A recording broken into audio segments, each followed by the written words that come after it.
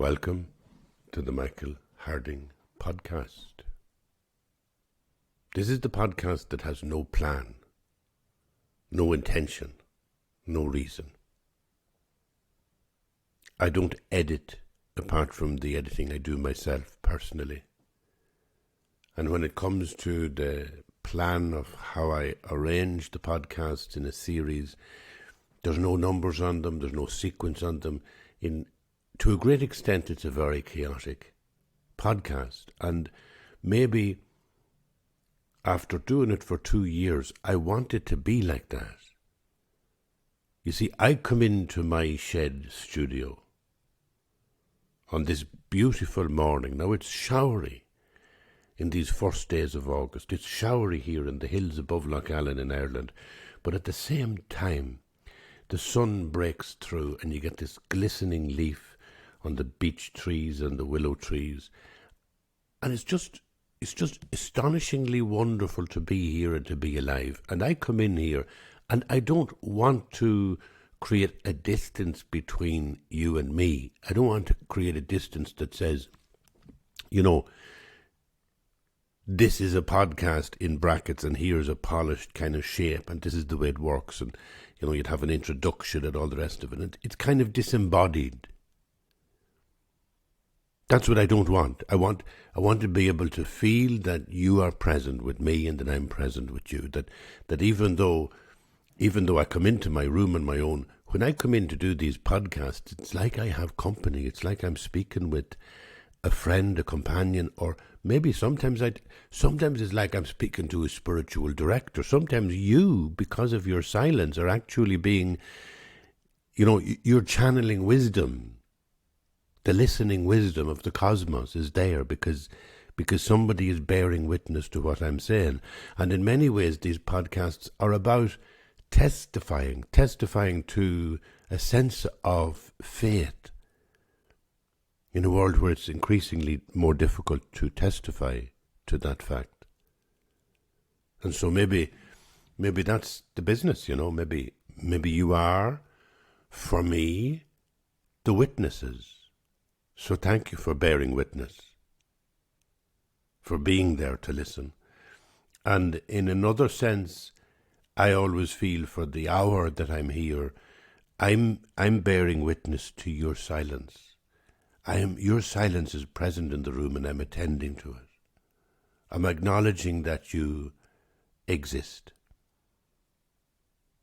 And I'm not thinking of you as a listener, like as a subscriber, like as some anonymous part of the public that I have to sort of deal with in order to survive as a storyteller.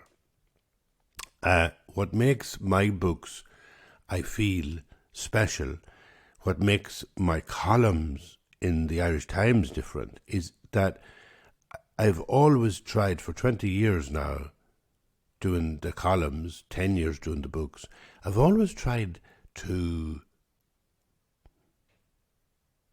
engage with you, the listener or the reader, as a thou, Thou, thou. Now, you'll know what I'm talking about if you've read Martin Buber.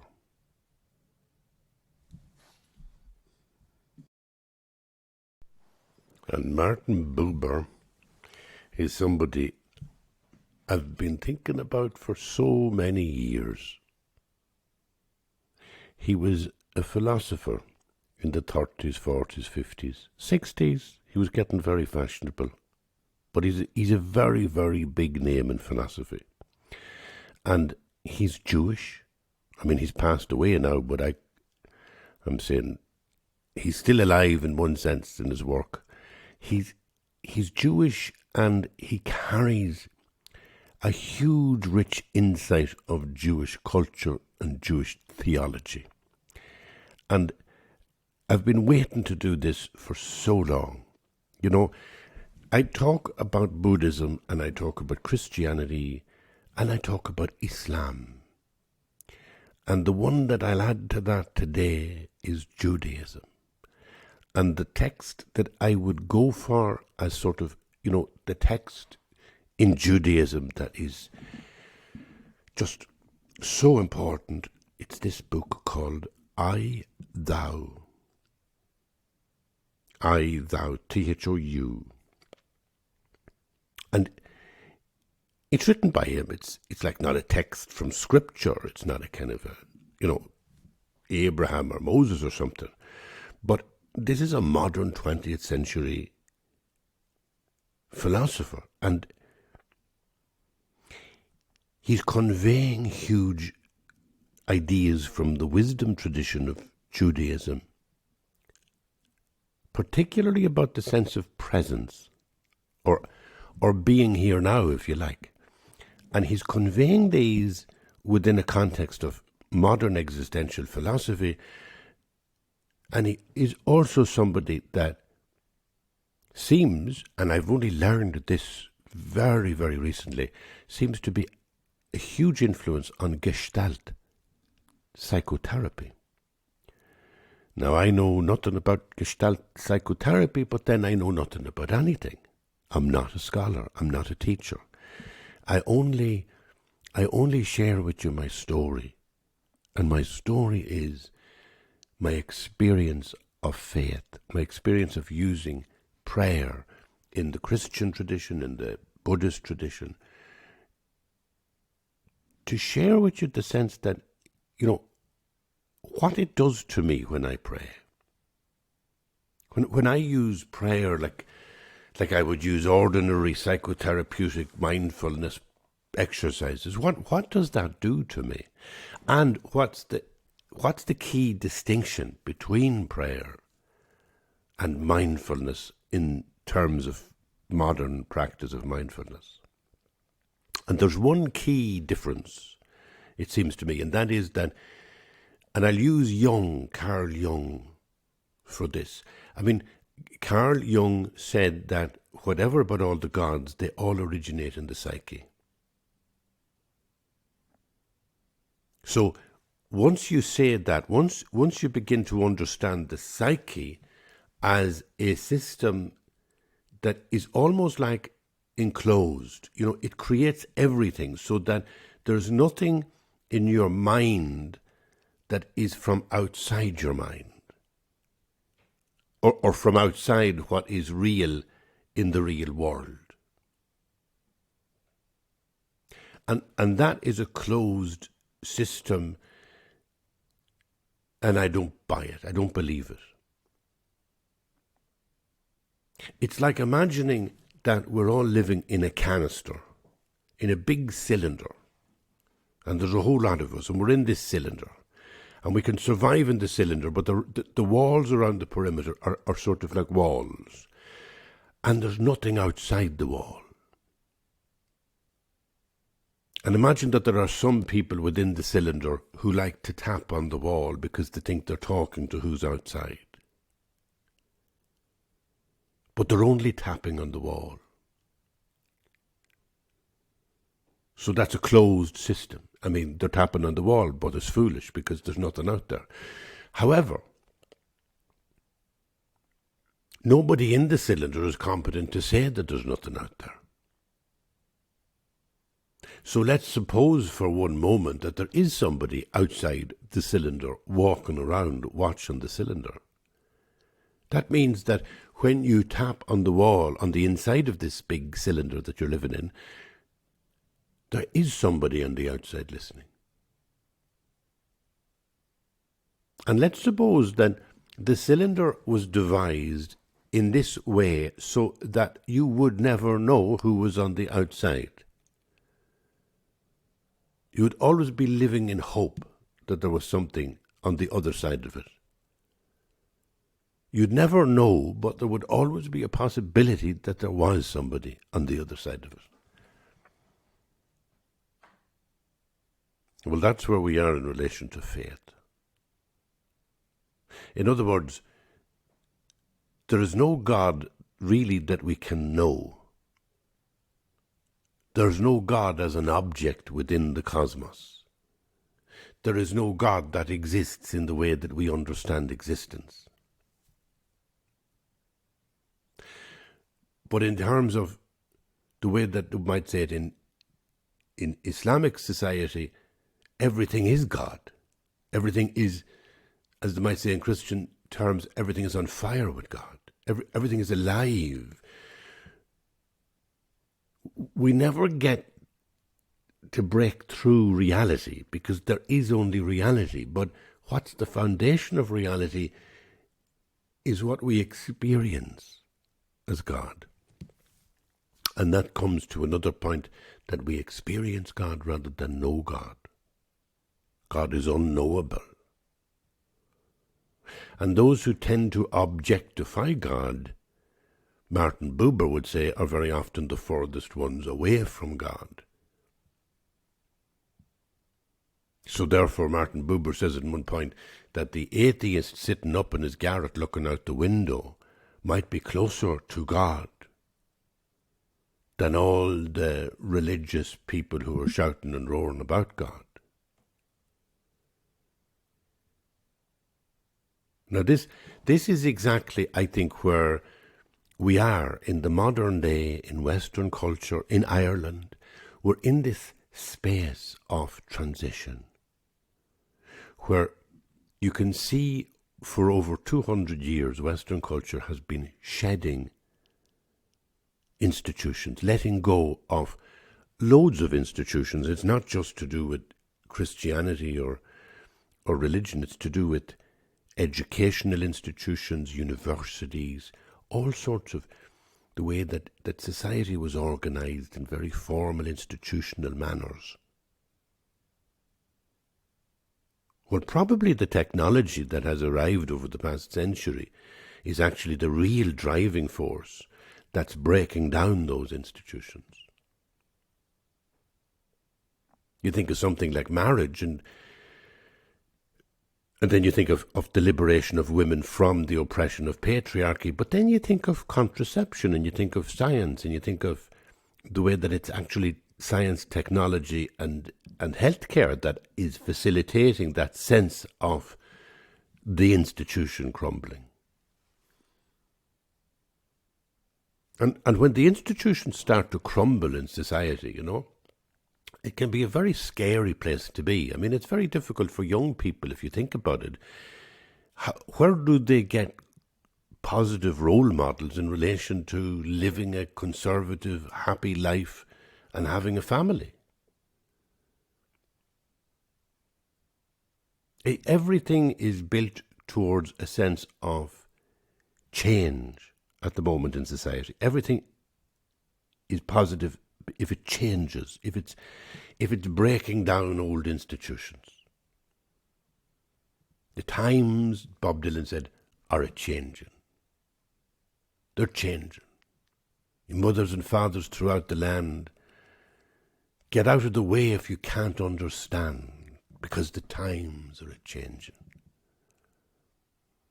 And we've been living through that for 40, 50, 60 years. But there's also confusion among young people in relation to the climate and in relation to some of the damage that's been done and some of the insecurities that young people feel because the institutions are gone. Because when you take away the institutions, everybody gets scared. Young people don't have any kind of maps anymore for how to relate, how to find intimacy, how to find security, how to fulfill their longing, if their longing is for family. It's a very unsheltered place to be now. And sometimes young people look at the climate and they get really, really confused. Or in Ireland, they look at this huge frustration that builds up and pain and agony that builds up because of the lack of housing. And sometimes they can look and think, who did this to our world? The problem is that it's the very same driving force that created the liberal life that we live. It's the same driving force that created all the problems we have. It's called modernity. And in this time of fluidity, when institutions are falling apart, it's very likely that new things begin. And sometimes the new things can be very, very scary. Like 30 years ago, I would never have imagined we'd be discussing, Nazi, right-wing, fascist organizations and their power in mainstream politics in Europe.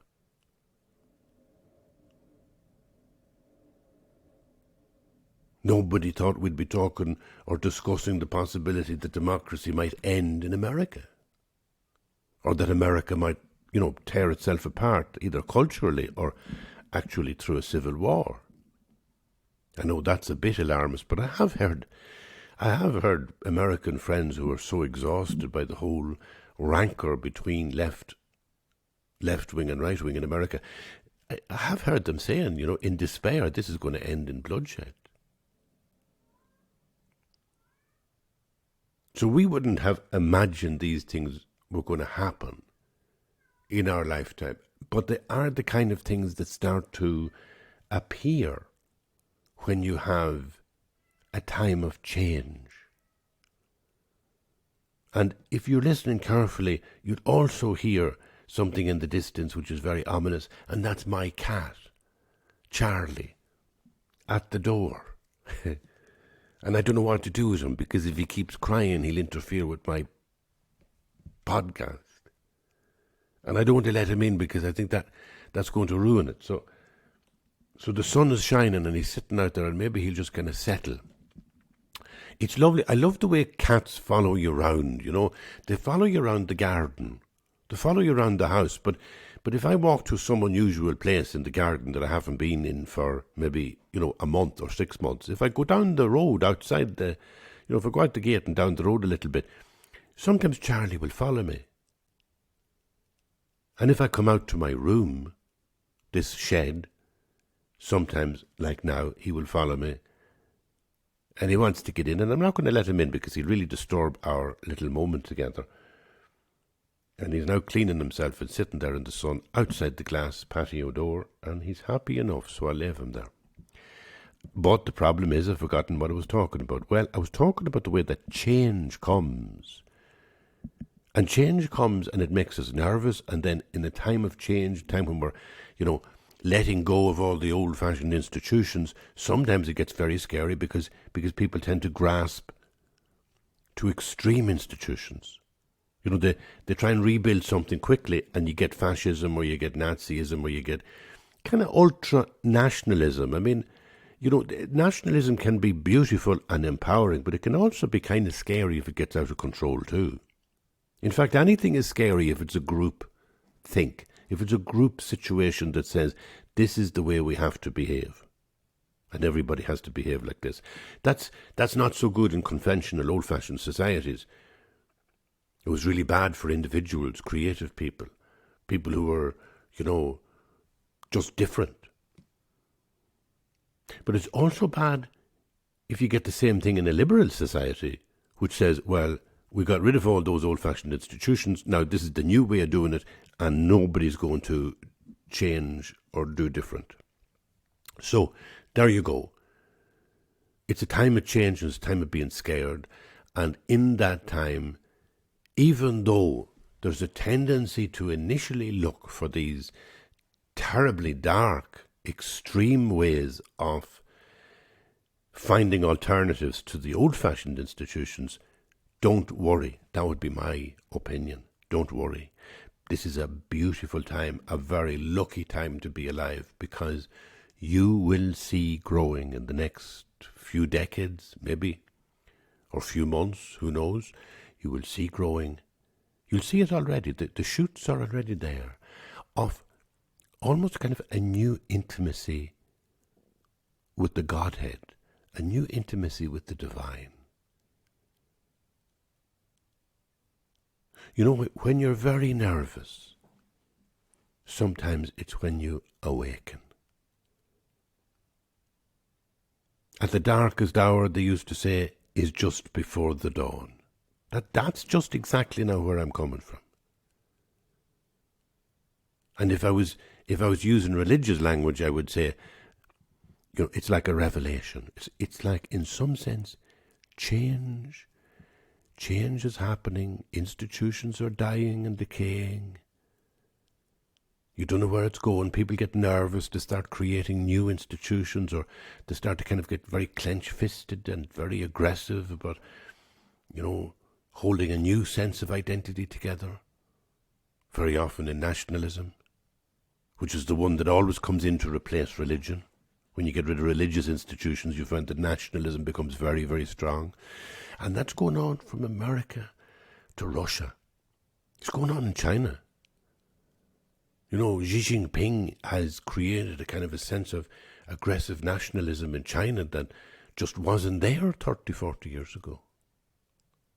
We were in a different position. We were comfortable with the institutions that were there at the time, even though some of them were very oppressive, but we were kind of comfortable with them. Now they're all going, all changing, and even the borders of countries begin to be questioned, as in the Ukraine, as in Russia invading.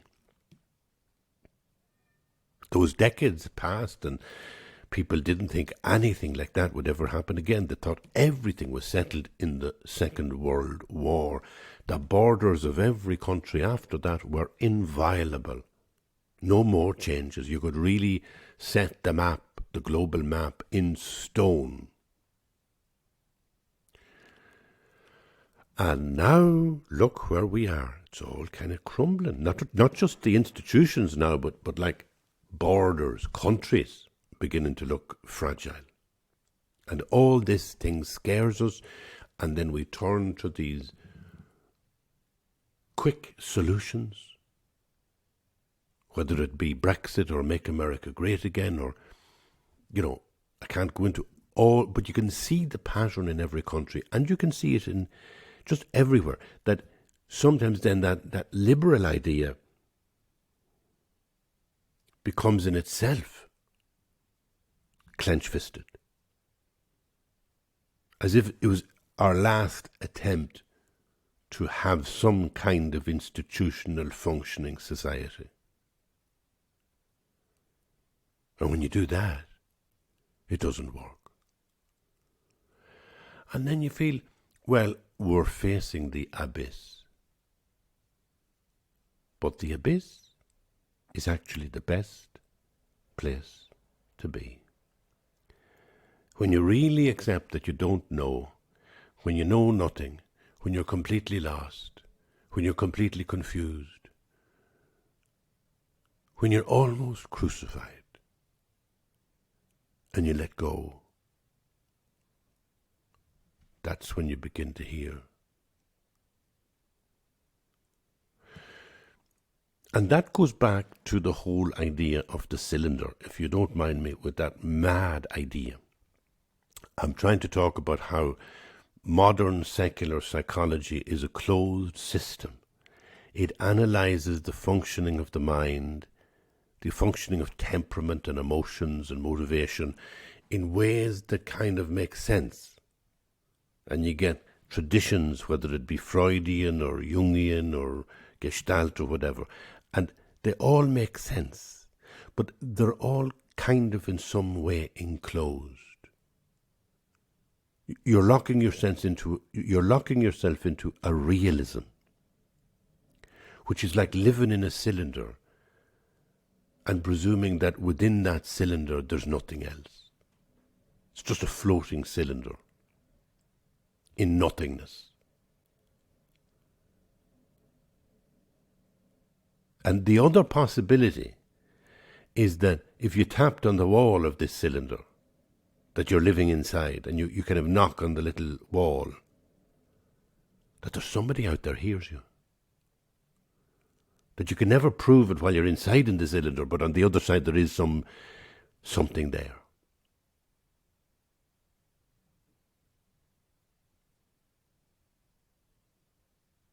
That to me is what's going on in the cosmos and in our consciousness in relation to the cosmos. We keep wondering and then objectifying God, as if God were whatever it is outside the cylinder. God was some sort of person who existed, and there was existence on the other side of the cylinder the same way as there's existence on this side of the cylinder. And what Martin Buber is saying is that there's There's no such objectification of God. It's close to God. God is an experience, so that it's experiencing life not as if you're in a cylinder, but as if you're in the breathing, pulsating heart of God. You're already in the heart of God when you walk in the garden. You are in heaven. You are in God's heart. The leaves on the trees, as you see them in the surface of their green, delicate light, with the rain of August falling on them, this green in the leaf is not within a cylinder. It's not an enclosed system. It's not living in its own logic. It is held there and is present to you. And you are present to it in a way that can't really be objectified. You and the leaf cannot be objectified in the way that you might say, it is I, me, and look, the leaf is before me. It is there before me. You can't say that. The relationship that you'll experience with that leaf, the relationship you'll experience with the ocean, or with the mountain, or with the lake, is I, thou. I, thou, you.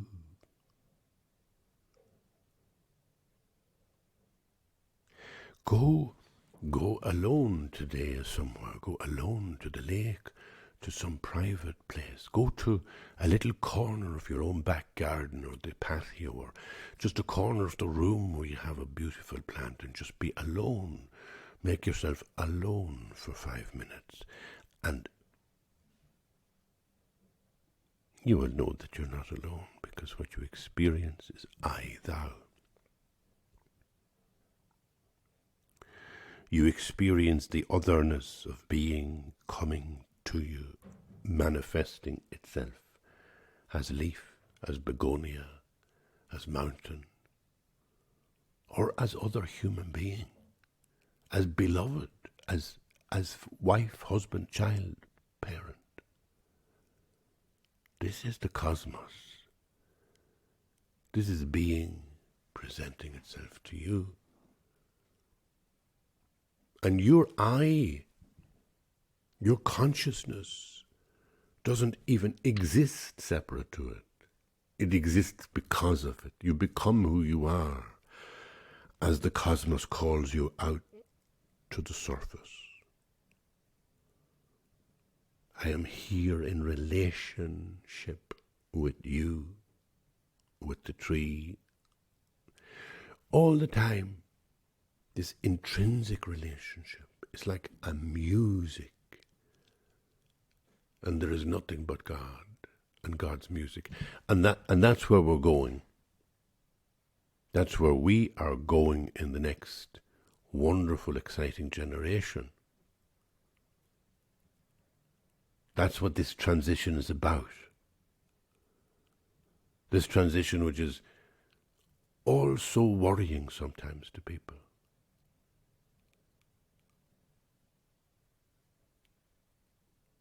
We look and we objectify the world around us, and we see, how do I fit in here? I need institutions. I need something to keep me safe, to tell me how to live, to order me, to put me in a little army of identity. This is who I am now, because there's an institution or a community telling me. It's like I couldn't dare be here on my own because I don't know who I am. Well, I don't know who I am. And who I am is that I don't know who I am. And not knowing who you are is just the beginning of joy and peace. If you strip away these accretions, these delusions of who you are,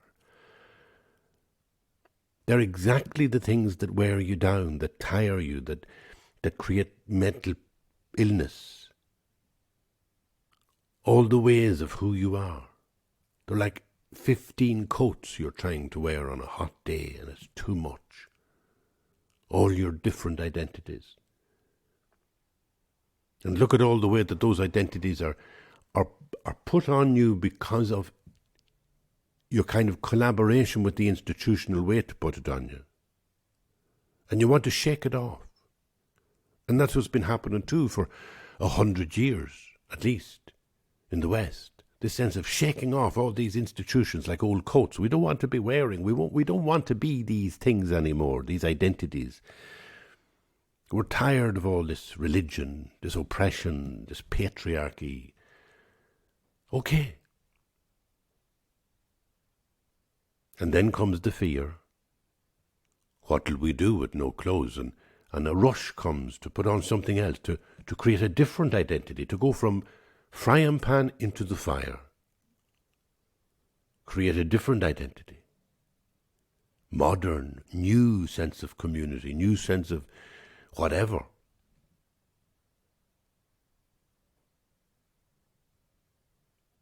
And that's okay too. I mean, it's just as good as the last. But that's a time of huge transition, and my belief is that that's a wonderful place to be, because in that turmoil we're just shaking everything so loose that there will be a new awakening, a new sense of revelation, a new sense of just being awake to the love of God.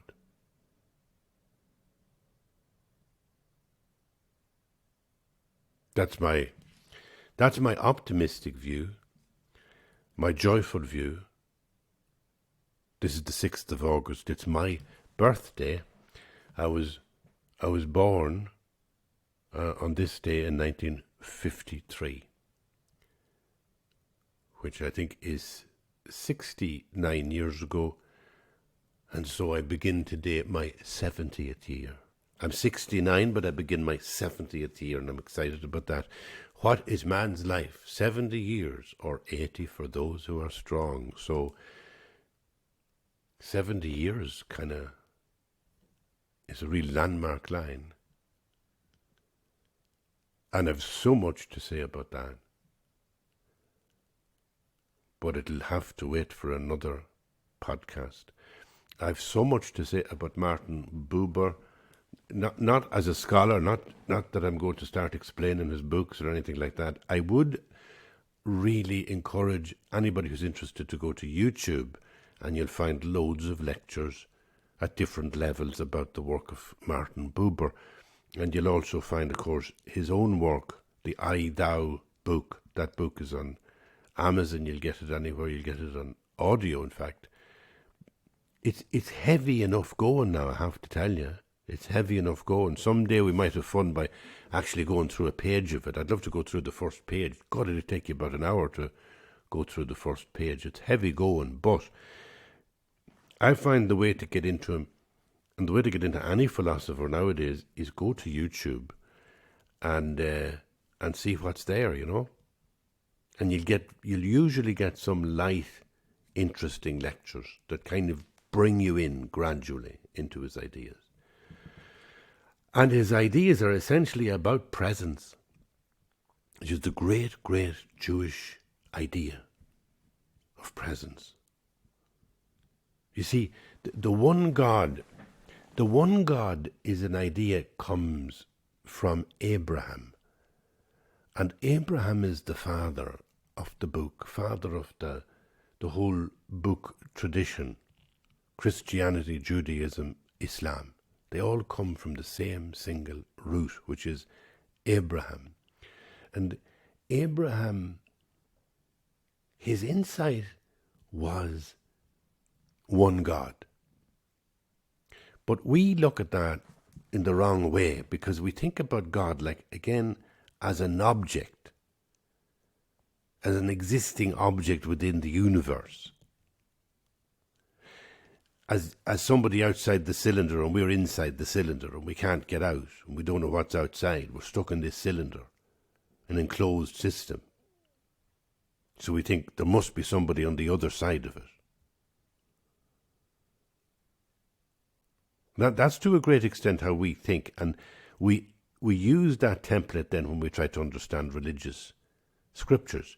So we read Abraham's story about, making a covenant with God, that in some way, and it's like God knocked on the canister and said, "Hey, Abraham, I want to make a deal with you. There's me out here and nobody else." And of course, nobody buys into that because it's facile. But just wipe that from your mind for a moment and think about it like this. When you have a beautiful experience of being here now, when you have a wonderful moment, a sense that you are present in the world and there is no naming it, you feel a sense of love, and you cannot objectify yourself as different from the lake or the tree or the mountain or your lover or your children. When you feel you're both tangled in the same subjectivity. You are both the one thing, and you have that sense of like every sinew of your body is just a song being sung by somebody else, by some other. That you are the wave, you are not the ocean, all that stuff. And you feel that sense of flow, the chi, I suppose you definitely call it the chi, the energy. The chi is very good, and the Asians are really, really ahead on this one because they don't name it so much. They call it the chi, the energy, and they find a form like in the Tai Chi or various ways of meditating, and it's like they understand that there's no point in talking about God. You need to do the dance that is God. You need to be God. You need to let the chi flow beautifully.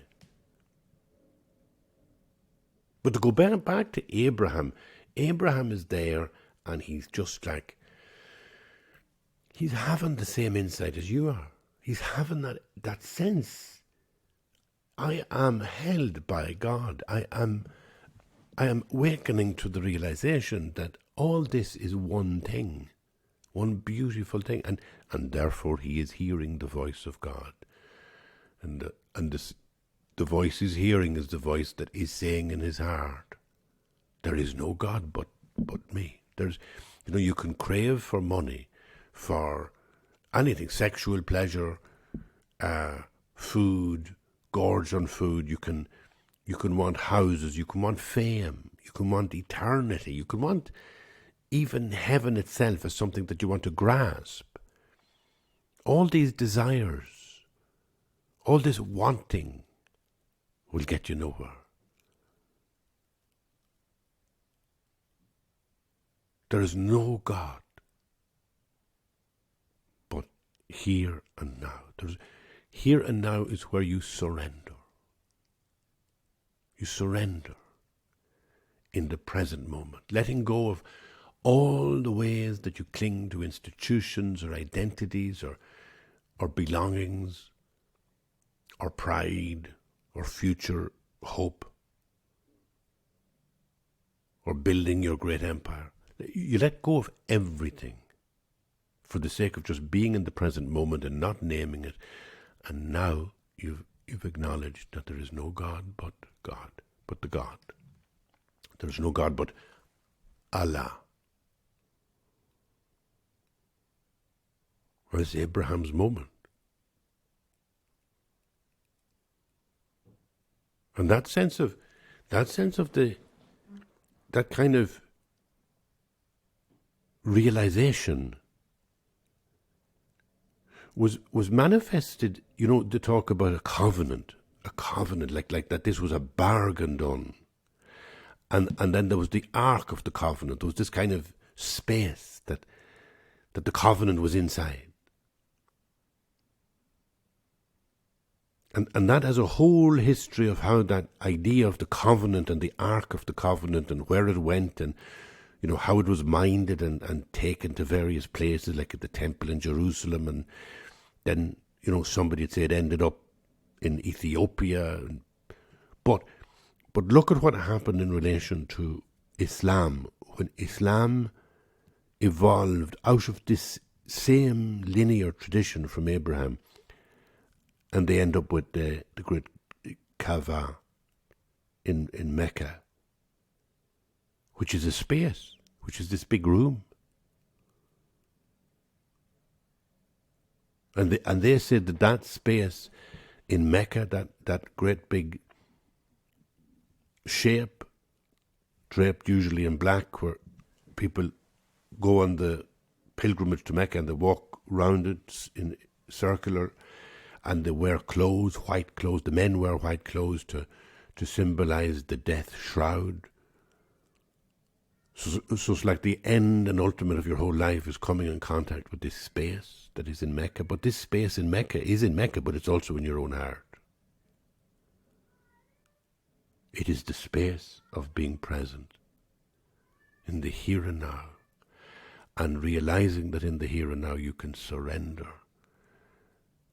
completely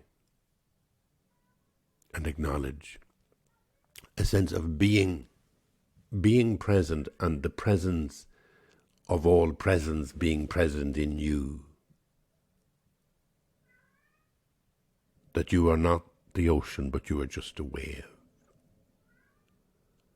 And that space is everywhere, and an example of how that is told in story in the Islamic tradition is a lovely story whereby there was an old man, and he went to Mecca, and he was, they were at the Kaaba, and he's there, and it comes nightfall, and they're all sleeping in their tents, and a fellow wakes him up, and he says, "Don't sleep like that." He says, "You're sleeping there with your feet towards the Kaaba, and that would be insulting to God." And your man says to him, "That's fair enough." He says, "But could you tell me which position I should put my feet that are not pointing towards God?" And the story is meaning like that. Everything is God. God is everywhere. Everything. You'd hear that even in traditional Catholic childhood catechism stories. God is everywhere.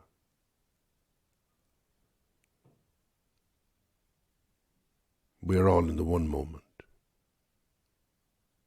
Past and future are just, in a sense, constructs, and that's what Einstein said.